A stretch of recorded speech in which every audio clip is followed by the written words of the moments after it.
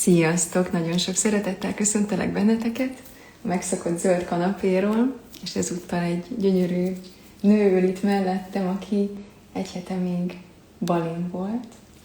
Az a célunk, hogy elrepítsük magunkat vissza Balira, megfürdőzzünk most ezekben a jó kis bali energiákba.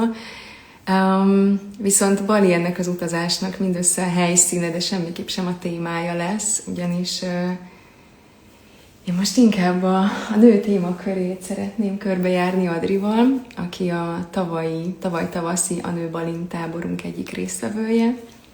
Nagyon örülök, hogy itt lehetek veled és beszélgethetünk, mert nekem ez mindig nagyon jó élmény szokott lenni, így annyira közel érezlek magamhoz az első beszélgetésünk óta. Igen, épp felelevenítettük ezt az első beszélgetést, visszakerestem, és 2025. január 4-én küldted a jelentkezésedet. Hadd olvassam fel, hogy mi volt a jelentkezéskori, miért, tehát hogy mit vársz ettől az úttól. Emlékszel rá, mit írtál? Nem. Nincsenek elvárásaim, azért szeretnék menni, mert már egy ideje vonz Bali, és most, hogy szembe jött a hirdetés, úgy érzem, zárójel tudom, ott a helyem. Hogy volt akkor az a nő ott benned, ami miatt azt érezted, azt úgy tudtad, hogy neked Balira kell menned velünk?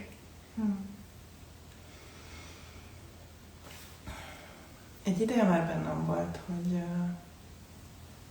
hogy Bali, és hogy milyen jó lenne egyszer elmenni, de annyira távolinak tűnt, hogy el sem tudtam képzelni, hogy ez hogyan tud megvalósulni.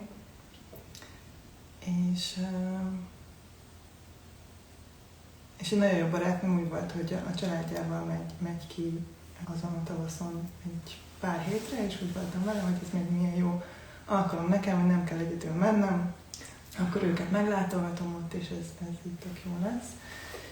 Majd közben ők mégsem utaztak ki, és valahogy megfogalmazódott bennem, de ez így konkrétan szerintem az új év első napjain,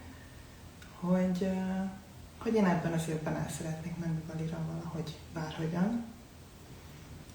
Akkor már többször néztem mindenféle retreateket, külföldieket, de hogy nem volt bátorságom egyedül ennyit utazni. És így valahogy jött az, hogy oké, de hogyha egy magyar csapattal mennék, akkor nem kellene egyedül utaznom, és ez így milyen jó lenne. Hát innentől kezdve szerintem nagyjából másnap megjelent a hirdetés, utak előttem.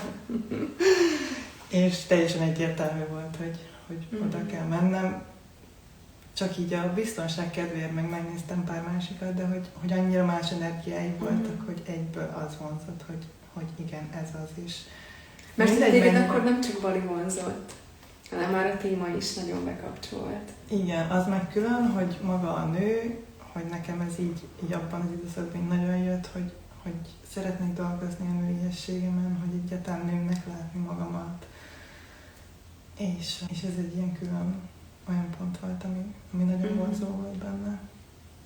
És akkor ezek szerint egészen gyorsan hallgattál megérzésedre, tehát hogy nem nagyon engedted, hogy a félelmeid így előjöjjenek, hanem gyorsan beszéltünk, igen. És aztán szerintem aznap vagy másnap el is küldted a jelentkezésedet. Igen. Na, ez eddig nagyon idillinek tűnik. Kitűzted, barátnővel nem jött össze, szembe jött a hirdetés, hallgatok a megérzéseimre, megyek Balira. De azért úgy sejtem, meg beszélgettünk, hogy ennél jóval összetettebb érzések voltak akkor benned, félelmek. Például emlékszem, hogy akkor már túl voltunk egy közös találkozáson, az utazás előtt volt egy workshop, ahol találkoztunk mi is, a csapatnak egy részével is meg tudtál ismerkedni. És akkor az indulás előtti napokban én arra lettem figyelmes, hogy míg az zárt csoportunkban, az zárt Messenger csoportunkban ment a ki mit pakol, fürdőruha, stb., hogy te itt nagyon csendben vagy. És akkor emlékszem, rád írtam, hogy minden rendben van-e. És akkor írtad, és ezt is visszaolvastam tegnap, ahogy így hangolódtam a beszélgetésünkre, hogy így félelmek törtek belőled elő, mert hogy ilyen messzire még soha nem utaztál, nem hogy egyedül.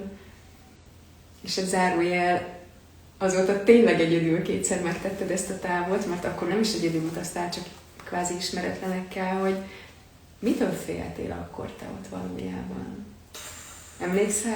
Emlékszel erre az érzésre?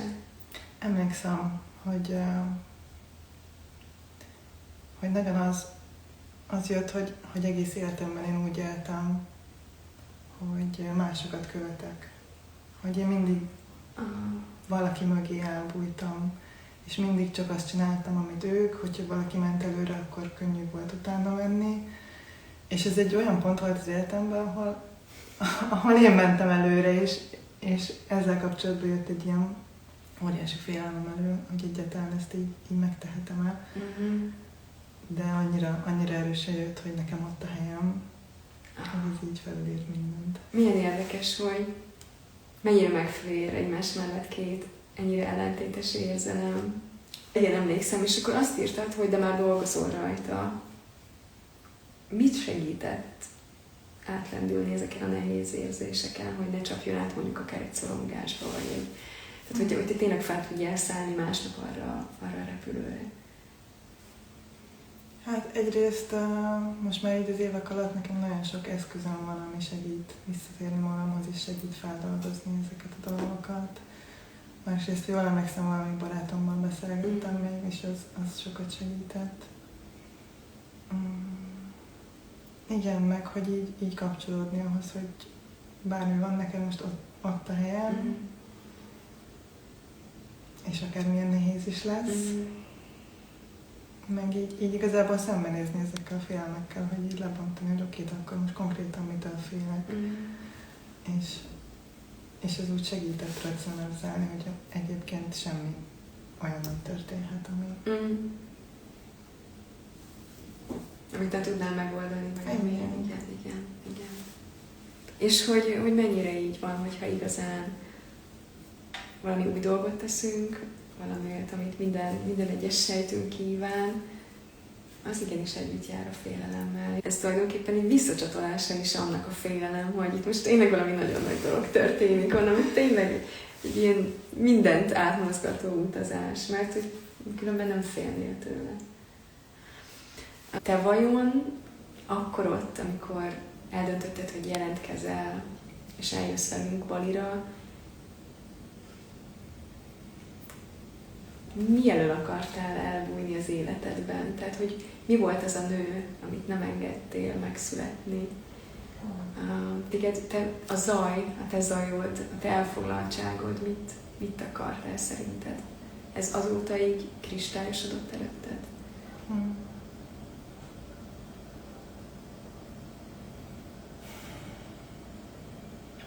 Hát igen, nagyon sokat változott azóta, ez biztosan.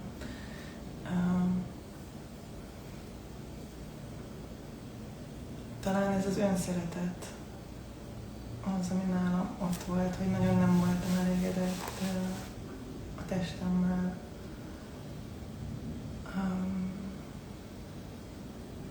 Egyáltalán nem szerettem tükörbe nézni, nem tudtam így elfogadni magamat úgy, ahogy vagyok. És úgy egyáltalán ez a nő témakör, hogy így nem... Én sosem mondtam magamra azt, hogy nő vagyok. Valahogy ez a szó, ez tőlem annyira távol állt, azt éreztem, hogy így nem tudtam azonosulni ezzel.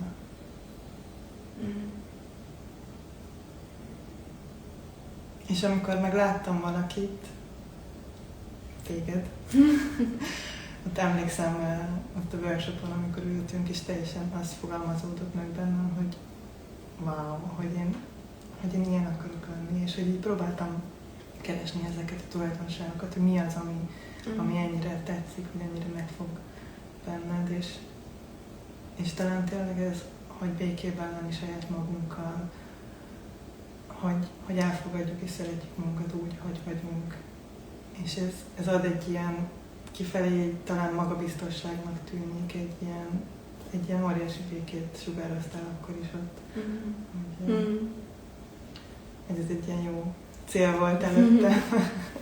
Hogy olyan érdekes, hogy itt vagy, és ezt őszintén felvállalod, miközben te vagy az őszi Annő Balin táborunknak a plakátján. Én ezt többször is visszacsatoltam neked, hogy amikor megszülettek azok a képek, amiket ti is láthattatok, ugye a tábor alatt, a tábor végén ráadásul, ez nekem annyira szépen tükrözte azt a fajta transformációt, változást, amit te így keresztül mentél, tudván valamennyire, hogy honnan indultál, milyen érzésekkel, esedése is, de hogy a Zsuzsi meg annyira szépen elkapta azokat a pillanatokat, amik nem meghazudtolják, hogy te milyen voltál, hanem elkapta azt, amikor igenis te vagy a nagybetűs nő, és bízom benne, hogy azóta, ha nézed ezeket a fotókat, amikor emlékeztetnek, hogy igen, ez is te vagy, ez is ott van benned. Igen. Igen. Én egyébként a fotózás teljesen máshogy emlékszem. Egyrészt nagyon meleg volt, másrészt nagyon éhes voltam. És nagyon szoros volt ez a ruha, és nem éreztem magam kényelmesen, de nem tudom, Zsuzsival annyira könnyű volt. Én nem szeretek a kamerák előtt lenni, de annyira természetesen jött minden, és nagyon érdekes volt visszanézni utólag a képeket, hogy így, wow, Elégedett voltál a képekkel? Szépnek látod magad azokon a képeken?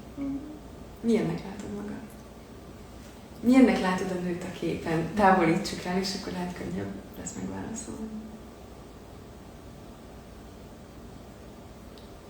Nagyon érdekes, nem néztem vissza azóta azokat a képeket, és akkor social media néha általunk. Igen. De hogy ugye én rengeteg képet kaptam, és én is csak kiválogattam a kedvenceimet, és ha egy a többire gondolok, akkor emlékszem, hogy azért akkor azt néztem, hogy úristen, hogy nézek ki.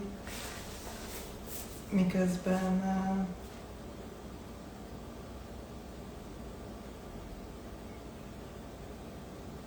nem tudom, azóta eltelt azért egy bő egy év, és azt érzem, hogy de hogy ez vagyok én is, hogy ilyen vagyok, és ez itt teljesen rendben van. Egy éve nem tudtad volna ezt mondani? Okay. Egy éve nem tudtunk volna itt ülni és beszélgetni? Nem.